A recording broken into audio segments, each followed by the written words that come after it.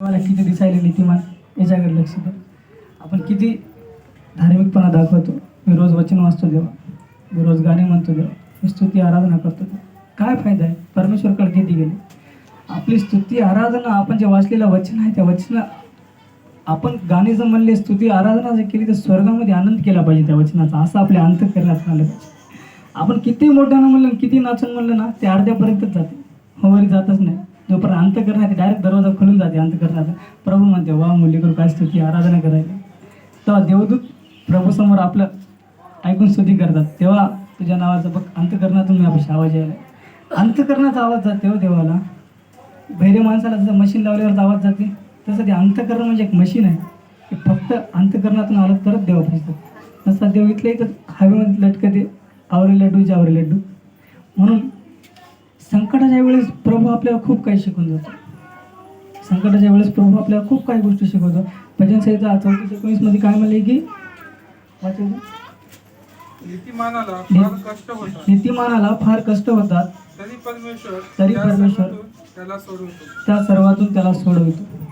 आणि प्रभू जेव्हा आपल्याला संकटातून सोडवतो ना, तेव्हा खूप काही गोष्टी आपल्याला शिकून जातो. की आपण आपले जीवन पहिले कशा प्रकारे होतं ना, आता जीवन आपलं कशा प्रकारे. कारण सोन्याला मी सांगितलं तुम्हाला, सोन्याला जसं आपण बनवता दागिने, पहिले कसा आकार राहते, नंतर बनवल्यावर ते चमक कशी राहते, नंतर असं आपल्याला अंगाला घाला वाटते सोनं. तसं प्रभू आपल्याला संकटामध्ये टाकते, घालून पाडून आपली परीक्षा घेते आणि आपल्याला बघते की आत्ता आता चमकायला दागिना, मग आता ओके आहे. बरोबर बोलाय ना. परमेश्वर आपल्याला संकटाच्या टाईमला आवाज देतो. यशायाचा 6वा अध्याय 8व्या वचनामध्ये काय दिले? यशाया 6वा अध्याय 8वं वचन, ज्याला सापडले त्यांना वाचा.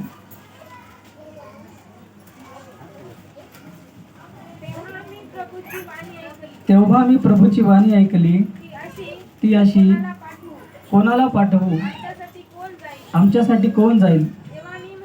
तेव्हा मी म्हणालो, स्वामी आहे काय, हा मी आहे, मला पाठवू. स्टार्टिंगला काय? तेव्हा आम्ही प्रभूची वाणी ऐकली. हालेलुया. काय ऐकली? प्रभूची वाणी ऐकली. परमेश्वर बोलते आपल्याला, आपणच ऐकून घ्यायला तयार नाही. प्रभू खूप तळमळ करते आपल्याला बोलायसाठी, प्रभू खूप तळमळ करते आपल्यासोबत राहायसाठी. आपल्याला या संसारिक जगाची एवढे कामं आहेत की नाही, आपण देवाकडे ध्यान देत नाही. बाबा रविवारी जाता तुमचंच नाही, मग तेच आहे, मी लय पापी हो, मी काय सांगायला म्हणजे दुधान धुतलेला नाही, काय नाही. आपण काय म्हणता, बघू पुढच्या रविवारी हाय की देव कुठे जाणार आहे, आपलाच आहे की. मी तर जन्मातच ख्रिस्ती आहो, मग आता घरातच देव आहे.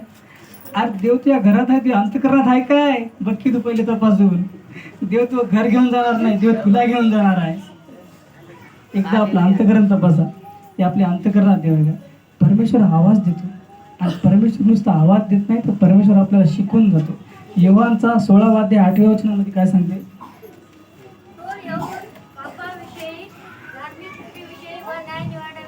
तो येऊन धार्मिकतेविषयी, न्यायनिवाड्याविषयी जगाची खात्री करेल. तो येऊन कशासाठी? धार्मिकतेसाठी. परमेश्वर पहिले काय करते, आपल्याला आवाज देते. नंतर तो म्हणजे कोण? पवित्र आत्मा. परमेश्वर आपल्याकडे पवित्र आत्मा पाठवून देते, खात्री करते. धार्मिकता आहे, बघते आहे धार्मिकता, उरली जराशी असली तर सांग. म्हणून आपण धार्मिकताकडे वळलं पाहिजे.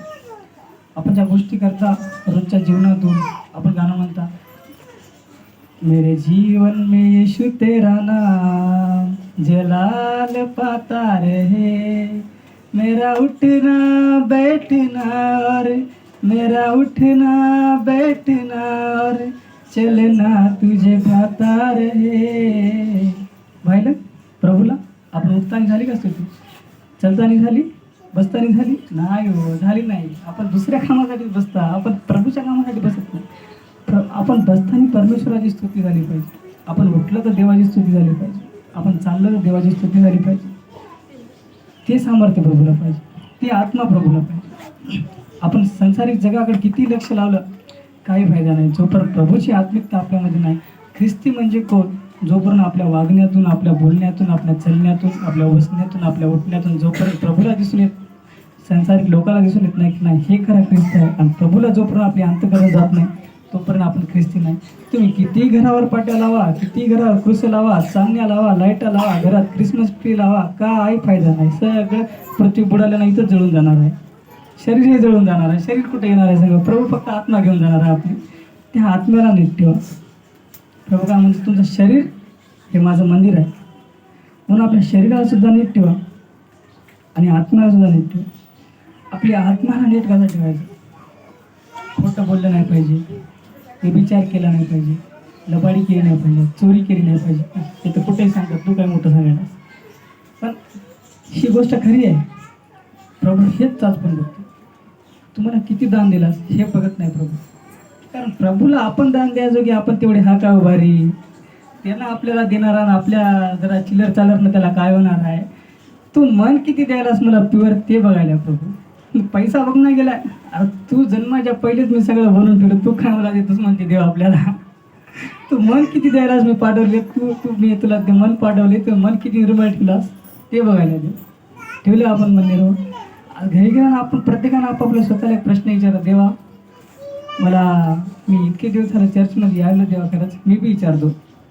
देवा आज सगळेजण विचारतो, मी इतके दिवस झालं चर्चमध्ये यायलो, प्रार्थना करायलो, स्तुती आराधना करायलो, मग फायदा झाला का रे काहीतरी देवा? मग मनमध्ये काहीतरी प्युअरपणा आहे का देवा? मी काय करायलो, तू काय सांगायला असेल, मी काय करायलो, तू जे सांगलेल्या मार्गावर मी चलायलो काय देवा? हे एकदा आपण आईण्यामध्ये म्हणा, घरी गेल्यानं प्रार्थना करताना एक सहज देवाला प्रश्न विचारून बघा आपलं मन काय म्हणते, प्रभू आपल्याला काय अगुवाई करतो. कारण नाही, आपण प्रभूच्या मार्गाकडे वळतच नाही. आपण या शैतानी मार्गामध्ये, संसाराच्या मार्गामध्ये भटकलेले आहोत. म्हणून प्रभू आपल्याला संकट देते. आपण काय म्हणतात की नको बाजी देवा. आता खूप उदाहरणं अशी असतात की लय जण देवाकडे येतात, प्रार्थना करतात, प्रभू लवकर नीट करत नाही. बिमारी असो, घरात भांडणं असो, प्रभू नीट करत नाही. लोकांना नाही काय कामाचा देव नाही, काहीच नीट करणार नाही. एखाद्या महाराजापाशी जातो, दोरेकडे घालून येतो, चांगलं तरी होते, ही समज आहे. पण प्रभू काय म्हणतो की धर्मी माणसाला संकट येतात. संकट आलं, संकट आहे ना माझ्यासोबत, देव आहे, मला टेन्शन नाही आता, असं म्हणायला पाहिजे आपण. कारण किती जरी संकट आलं, अरे संकट तू काय मोठा आहेस रे, मग देव तुला लय मोठा आहे असं आपण म्हणलं पाहिजे. हां, ताप आली, ताप चिलर ताप, मग देव लय मोठा आहे. एवढं त्याला देवानं पाणी तयार केलं. किती 71% पाणी पृथ्वीवर आहे. आपण तापल्यानं गेलो ना अंगाला पाणी पट्ट्यावाल्या करून, बघ देवानं तेवढं पाणी तयार केलं मी यासाठी करून ठेवलं. चिलर तर दुखणे चांगली येतच राहतात. मग पहिले प्रभूला आपण प्राधान्य दिलं पाहिजे. इथं काय म्हणतोय, कारण अशक्तपणातच माझी शक्ती पूर्णतेश येते, म्हणून ख्रिस्ताच्या सामर्थ्याची छाया माझ्यावर राहावी, म्हणून मी विशेष करून आपल्या अशक्तपणाची प्रौढी फार आनंदाने घेऊन. अशक्तपणा जरी आला तर प्रभूकडे जावं, तुम्ही प्रभूला सोडू नका. फक्त ख्रिस्तासाठी दुर्बलता, अपमान, अडचणी, पाठलाग, संकटे ह्यात मला संतोष आहे, कारण मी जेव्हा अशक्त तेव्हाच मी सशक्त आहे. हालेलुया. काय सांगितलं परमेश्वरानं?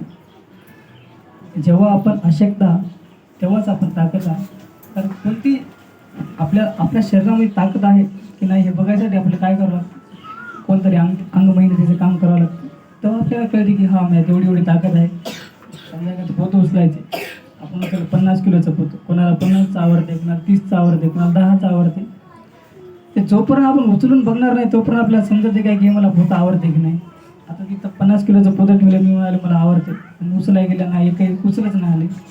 कळते काय? त्यासाठी शक्ती खर्च व्हायली ना, माहिती तिथं माझी शक्ती काय तिथं खर्च व्हायली. जोपर्यंत आपल्या जीवनामध्ये अशक्तपणा, संकट, समस्या येणार नाही तोपर्यंत कसं कळेल की परमेश्वर त्यासोबत. म्हणजे मी आज मला बिमारी झाली आणि मी जर परमेश्वराकडे राहिलो ती नीट, म्हणजे तेव्हाच मला कळेल ना परमेश्वर सोबत आहे की नाही ते. कारण मला संकटच जे नाही गेले, सगळं मग नीट चालू राहिले तर मग ते काय फायदाच नाही. कारण आपण म्हणतो ना, जेव्हा आपण कष्टाची कमाई घेतली ते लय जपून ठेवतात लोक. आता पैसा आपण म्हणतो ना काहीतरी, मला बरोबर सांगाय ना ते कष्टाचं लय हे राहते, मेहनतीचं राहते. हां, स्वतःच्या मेहनतीचं कमवून ठेवलंय मी, कोणाला कसं देऊ काय देऊ असं राहते का ते मला सांगायला गेले. तसं म्हणजे जोपर्यंत आपण मेहनत करत नाही, जोपर्यंत आपल्यापाशी येत नाही तोपर्यंत आपल्याला कळेल कसं की परमेश्वर आपल्यासोबत आहे की नाही. योबाला कधी कळालं परमेश्वर त्यासोबत? योबाला कधी कळालं परमेश्वर त्यासोबत आहे? जेव्हा परमेश्वरानं त्याला त्याला पहिलेपासून माहीत होतं की परमेश्वर त्यासोबत आहे, पण लोकांना कधी कळालं त्यासोबत परमेश्वर त्यासोबत आहे. जेव्हा त्याला देवानं सगळं खालून पाडून त्याला किती संकट दिले होते, त्याला असं म्हणलं काय, नको बापू देव लय पुढं आणायला अंगाला, बायको गेली, लेकरं गेली, पोरी गेल्या, सगळं गेलं. त्यानं असंच म्हणलं काय, बजारं बापू आता मी जातो माझ्या देवाकडे, तुला मला त्रास द्यायलाच मॅनाचा इनवे नाही गेले. म्हणलं काय येऊ मरतो म्हणला, पण देवाला सोडत नाही. हसले थुकले सगळे सोडून गेले, पण त्यानं देवाला सोडलं नाही. देवाने किती दिलं त्याला, किती पटीनं देवानं दिलं. त्याची उंट होते, ढोरं होते, काय त्याच्यापाशी जे प्राणी होते ते दिलं, बायको दिलं, पोरी किती सुंदर दिल्या. देशामध्ये सुंदर नव्हत्या एवढ्या पोरी दिल्या. तेव्हा त्याला तर समजलं, पण बाकीच्या लोकांना बी समजलं की परमेश्वर कदा आहे, आपल्यासोबत आहे. म्हणून ख्रिस्तासाठी दुर्बलता, अपमान, अडचणी, पाठलाग, संकटे ह्यात मला संतोष आहे, कारण मी जेव्हा अशक्त तेव्हाच मी सशक्त आहे.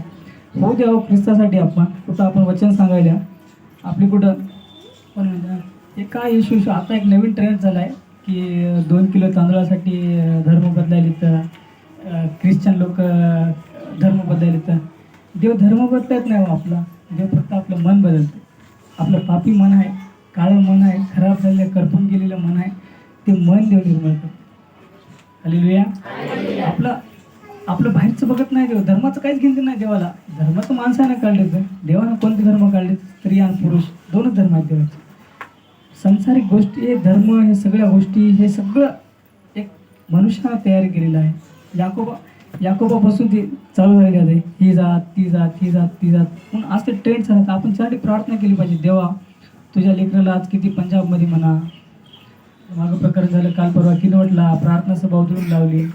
आपण त्यासाठी प्रार्थना केली पाहिजे, देवा तुझ्या लेकराला संकट येईल, तू त्याला त्या संकटातून सांभाळ. आणि आपल्यावर बी संकट होते. असं नाही की देव नुसता गोडच आहे, तिकट बी लय आहे देव. आपण प्रार्थना यासाठी केली पाहिजे नाही की देवा तू मला नीट कर, देवा मला बरं कर, देवा मला पैसा दे, देवा मला हे दे, देवा मला ते दे. लालची माणसं हो, प्रार्थना यासाठी करा की देवा मला संकट आलं तर उभं राहायची शक्ती दे. ही प्रार्थना आपण केली पाहिजे.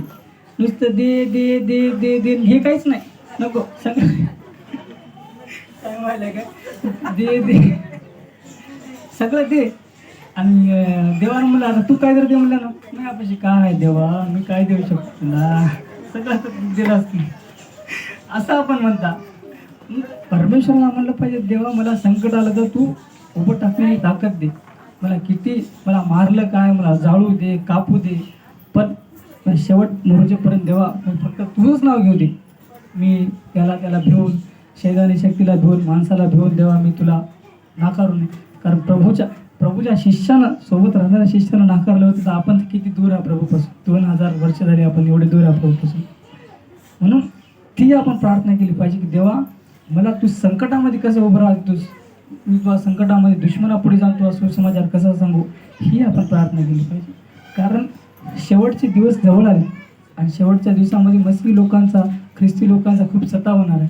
आता दे पी गोड पीड काहीच नाही. आता सगळं धिगामारीच आहे.